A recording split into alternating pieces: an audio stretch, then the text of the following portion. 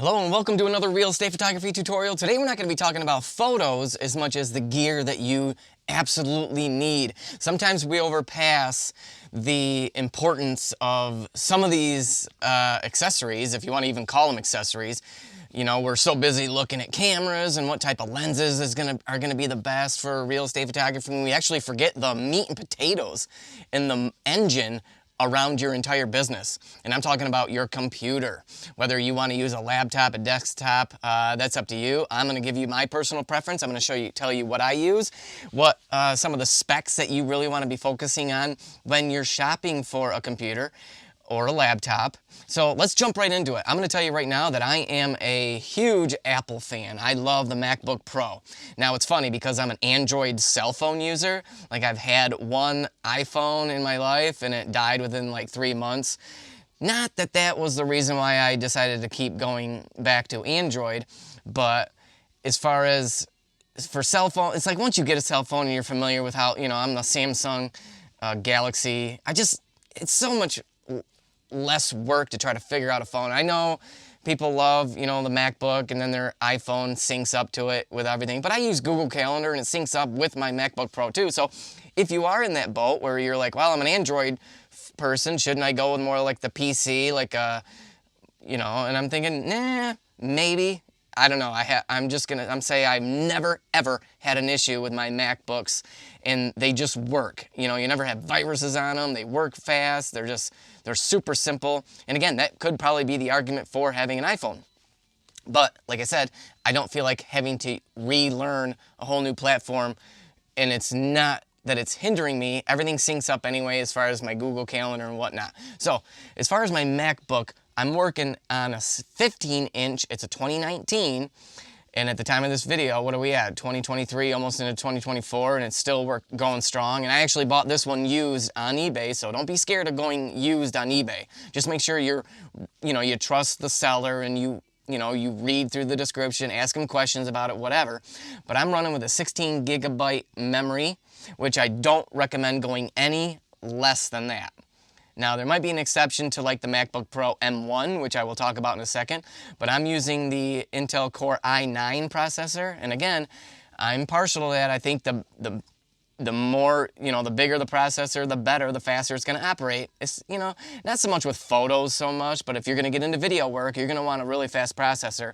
And again, working with Photoshop, some of those brush tools take a lot of RAM, so if you don't want to be spending all day messing, because I remember I was on an old Toshiba ThinkPad, and holy cow, was that brutal to work with. Like, my brush, like as you did a brush stroke in Photoshop, it was like a couple seconds later you saw the result. It was horrible. That's why I'm like, okay, I need to get a really good computer so my work, it was taking me forever to edit a photo. It was ridiculous. So yeah, if you're literally just starting out and you're shopping around for gear and stuff, do not overlook your computer. Literally without a computer, it doesn't matter if you have the latest and greatest best camera, you are stuck not being able to do anything.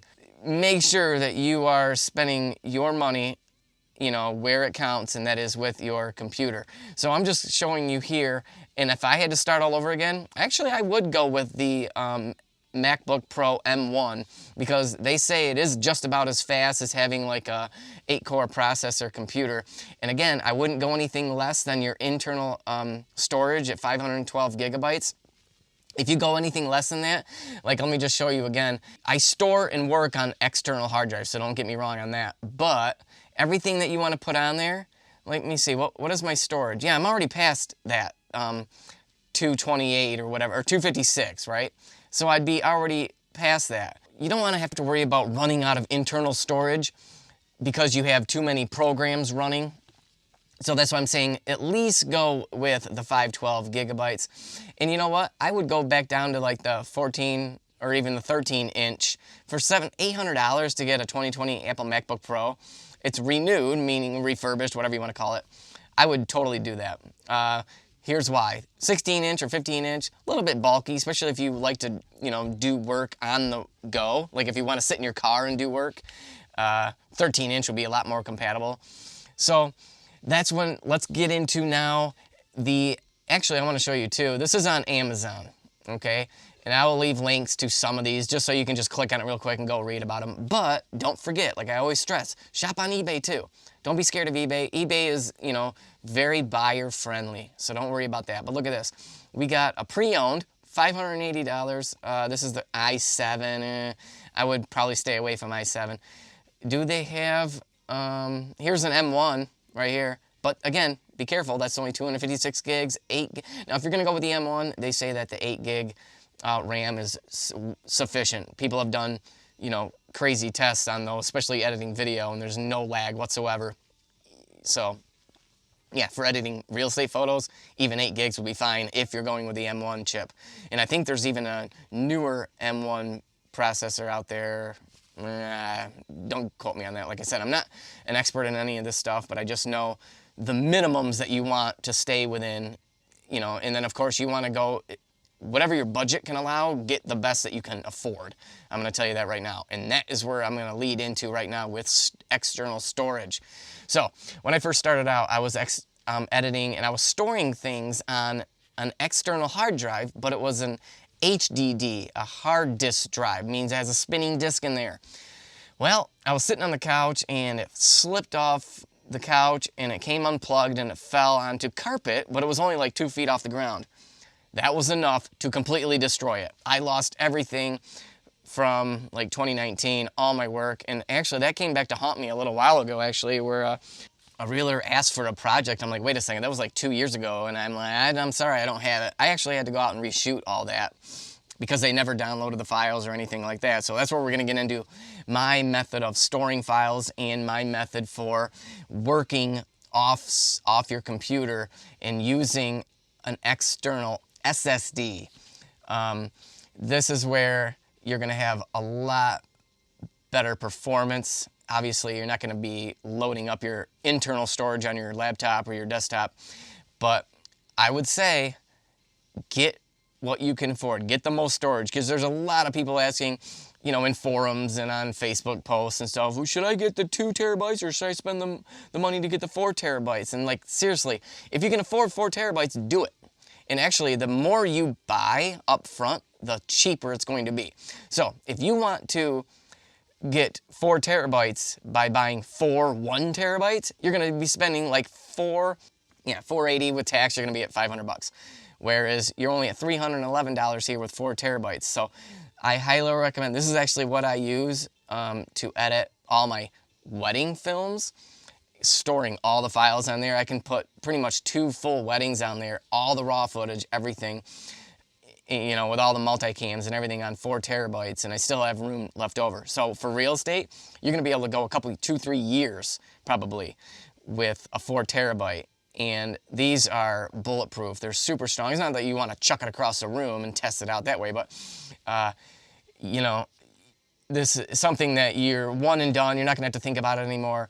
You know, so once you start filling this up, you're gonna always want to double up everything. I mean, for real estate photography, it's not super important, but I mean, as you grow in your business, you might be getting into family portraits, or you might be doing some commercial work where you might want to hold on to these photos for, you know, 10, 20 years. I don't know. Just saying. So that's where I suggest maybe going to like an external tower to store everything. And this is actually the one I currently use. This is a 12 terabyte Western Digital. And I'm like, you know what? What are where Western Digital ranks? And I looked up the best external hard drives for 2023, and they come in at #1 for the best overall desktop hard drive according to this online PC Mag review. Lacey, they're another good one. They actually offer the RAID system where they're redundancy, so it's saving to both of these discs, because I know somebody that actually one of these discs in their RAID system failed where it wouldn't read it anymore. Big deal. All they had to do was replace that, and they were able to get their files out. So you're never going to lose your files if you're using a RAID system. I'm not that gung-ho on it. I actually just use this and I save it because it's sitting on my desktop. I don't even keep it plugged in. When I need to back up files, I just plug it in and back up all my files for that. So, and here's a picture of how I set up and use Velcro to stick my external hard drive onto my laptop while I'm editing, so there's no chance of it actually falling out. Here's something else that I would recommend you guys getting if you want to be efficient.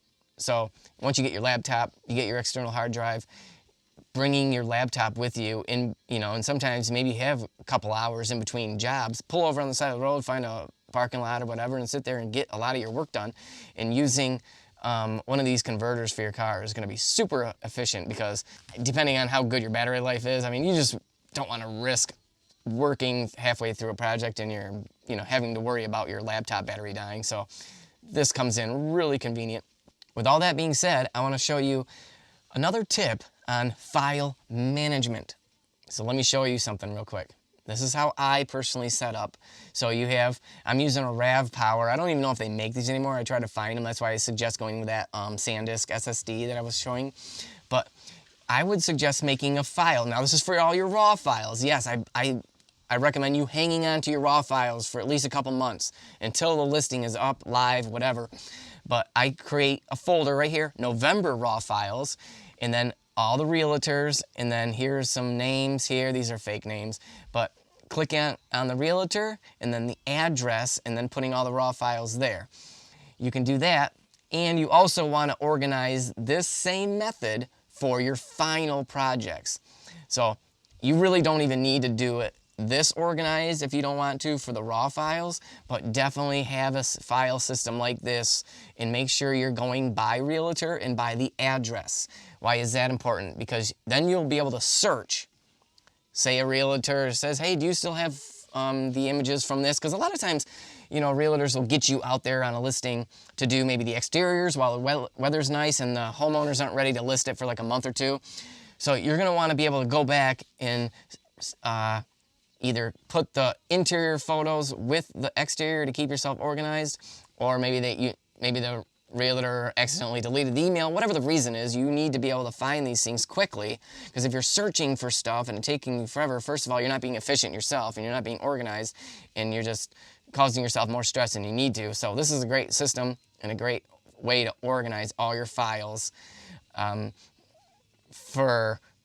for your real estate photography. And you can even do separate categories. Like I have in my other external hard drive, I have family photos, and I have corporate headshots. I have a business folder, businesses, events, that kind of thing. Whatever different types of work you're getting for as far as a photographer goes, that's how you're going to want to have to organize. You want to organize your things that way. So I hope this video has helped you. Make sure to hit that like button if this video has helped you, and hit that subscribe button. Tutorials are coming out all the time, guys. We'll see you in the next video. Bye-bye.